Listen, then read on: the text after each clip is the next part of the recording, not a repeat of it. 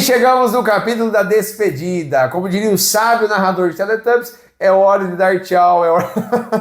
Bom dia para vocês, Deuteronômio capítulo 34, o falecimento de Moisés. Deus vai retirar o seu espírito e agora Deus vai mostrar a terra prometida para Moisés ali, né? Vai levar ele até as campinas de Moabe, no Monte Nebo, ao cume de Pisga, que está defronte de Jericó, e Moisés vai olhar toda a terra prometida e o Senhor vai retirar o espírito de Moisés. Pessoal, foram 137 capítulos falando sobre Moisés, de Êxodo capítulo 1 até agora. Mais de 4.600 versículos contando toda a história, desde o seu nascimento até agora. Então, pessoal, mexe com a gente mesmo, tá? Porque Moisés, ele foi um grande profeta do Senhor, um grande líder. E tem um detalhe, se você lembrar lá de Êxodo capítulo 3, ele não queria, ele deu desculpas para Deus, falou assim, não, mas Senhor, não sei falar direito, Senhor, leva outro, eles não vão acreditar em mim. Pessoal, olha como Deus ele utiliza as pessoas que às vezes se sentem lá para baixo, menosprezados,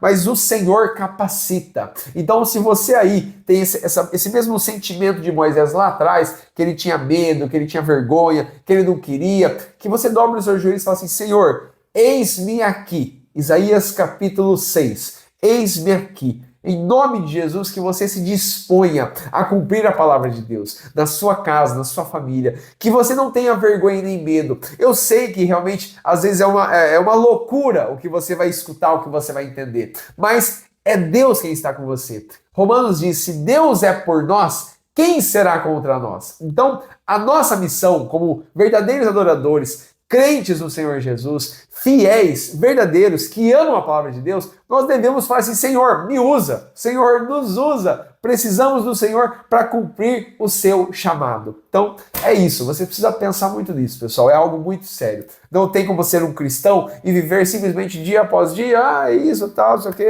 Não. Vamos aplicar o evangelho, vamos viver o evangelho, vamos evangelizar. Uma palavra que você fala, uma mensagem que você posta, um texto que você elabora, uma foto que você compartilha, um vídeo que você faz, tudo é relevante para a graça, para a glória, para o louvor do nome de Jesus. E você precisa entender que outras pessoas vão visualizar, vão escutar, vão abrir o seu coração e podem ser convertidas por uma única palavra que você compartilhar.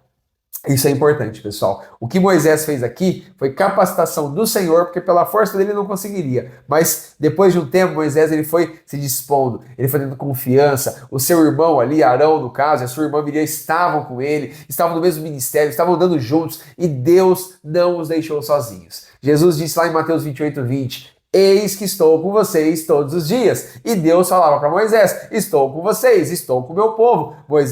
Deus vai falar para Josué, estou com vocês, assim como estive com Moisés. Então, Deus sempre esteve com o seu povo. Você não está sozinho. Se você tem esse sentimento no seu coração, tira isso. Você não está sozinho. Deus está com você. Basta você dobrar os seus joelhos, clamar a Ele, buscar a Ele, e se você se deleitar nele, ele vai satisfazer os desejos do seu coração, ele vai mostrar para você a vontade dele para a sua vida e você vai ver que tudo vai ser mais leve, tá bom? Vamos lá, vamos falar do capítulo agora. É o seguinte, ó, os versículos 4 e 5, vou falar do versículo 4, tem algo interessante, porque se a gente voltar lá para Gênesis capítulo 12, tem a mesma expressão. Eu vou ler o versículo 4, olha só. E disse o Senhor a Moisés, essa é a terra que eu jurei a Abraão, a Isaque e a Jacó, dizendo, a tua semente a darei, e mostro a você, para você ver com os teus olhos. Ele está falando isso para Moisés. A expressão mostrar é a mesma de Gênesis 12. Vamos lá para Gênesis 12 para você entender. Olha só, essa expressão aqui é maravilhosa. E aí você vai entender isso, tá? Gênesis capítulo 12, versículo 1. É bem na cara aí do capítulo, tá? Então vamos lá. Deixa eu virar aqui minhas páginas, tô tudo grudadinho de novo. Olha lá. Ora, o Senhor disse a Abrão, então era sem Abraão ainda, não tinha o acréscimo do A ainda, tá? Sai da tua terra, da tua parentela, da casa de teu pai, para a terra que eu te mostrarei. Então essa expressão mostrar é a mesma. Então detalhe, dessa passagem para Deuteronômio 34, só se passaram 685 anos.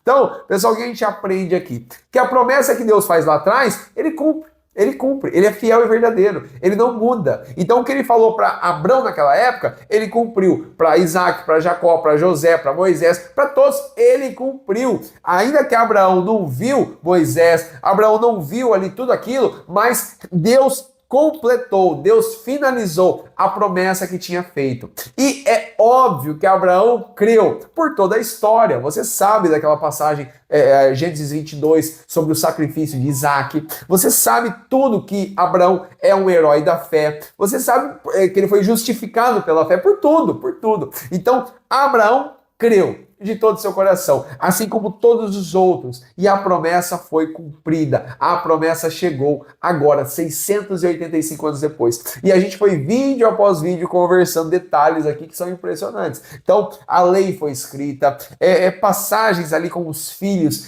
de Jacó, tanta coisa, 70 pessoas que saíram do Egito, e depois foram 2 milhões de pessoas, uma geração inteira teve que falecer no deserto para outra geração entrar. Olha tanta coisa para que a promessa tenha sido cumprida.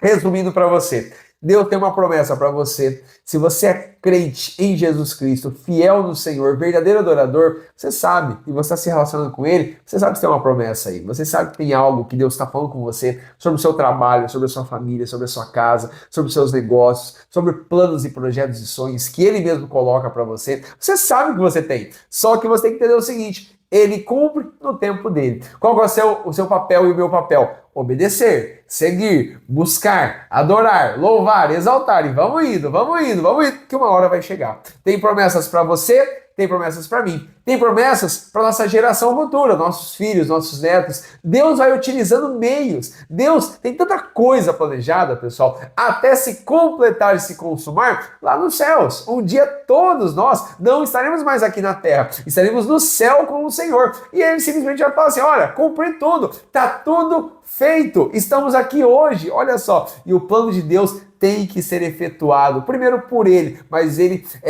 coloca essa responsabilidade para nós. Agora, você tem que falar, você tem que compartilhar, você tem que colocar à frente as mensagens, as palavras, você tem que ser fiel, você tem que fazer. Persevere até o fim na palavra do Senhor. Será salvo você, a sua casa, gerações futuras. Creia nessa palavra, é isso que você precisa entender. Aplicar o papel que Deus te estabeleceu aqui na terra. Esse é o ponto aqui, tá? Vamos continuar, tem mais coisa pra gente falar.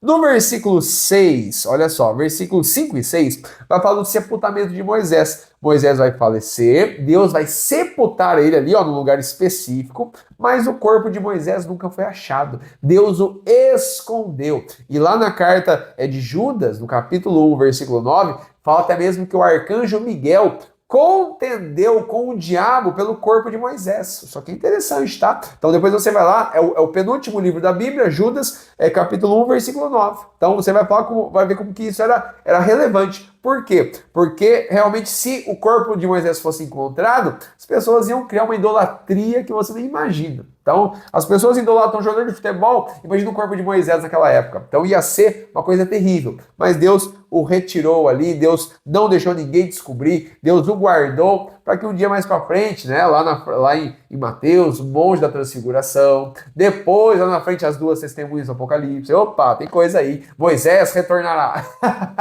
tá bom? Mas o que é legal aqui, pessoal, é a gente focar, e eu até finalizo o vídeo assim, para você estudar depois, tá? É o versículo 9. Josué é o sucessor de Moisés, como nós já conversamos, e tem a expressão: e Josué, filho de Num, foi cheio do espírito de sabedoria, porquanto Moisés tinha posto sobre ele as suas mãos. Olha a autoridade espiritual que Moisés possuía, por conta que o Senhor tinha o entregado, e simplesmente ao colocar as mãos sobre Josué, entre aspas, o ativa, para que ele simplesmente tenha esse espírito de sabedoria, que é do próprio Espírito Santo, que já estava com ele, porque Josué era uma pessoa íntegra, honesta, que seguia ao Senhor, era fiel, e simplesmente ele ativou esse espírito de sabedoria que só vem do nosso Deus. Isaías capítulo 11, os 7 espíritos do Senhor. Apocalipse capítulo 1, capítulo 3, capítulos 4 e 5. Depois dá uma meditada e uma lida. O que isso se reflete para você e para mim? Que nós que cremos no Senhor, o amamos, o buscamos, temos o Espírito Santo de Deus e Ele nos capacita de acordo com as áreas da nossa vida. Recebemos o fruto do Espírito e precisamos aplicar esse fruto aqui na nossa sociedade, nossa família, nosso trabalho. Creia nisso, busque isso e se entregue a isso. Deus quer falar no seu coração, tá bom? Nos vemos no livro de Josué. Um grande abraço, Deus abençoe.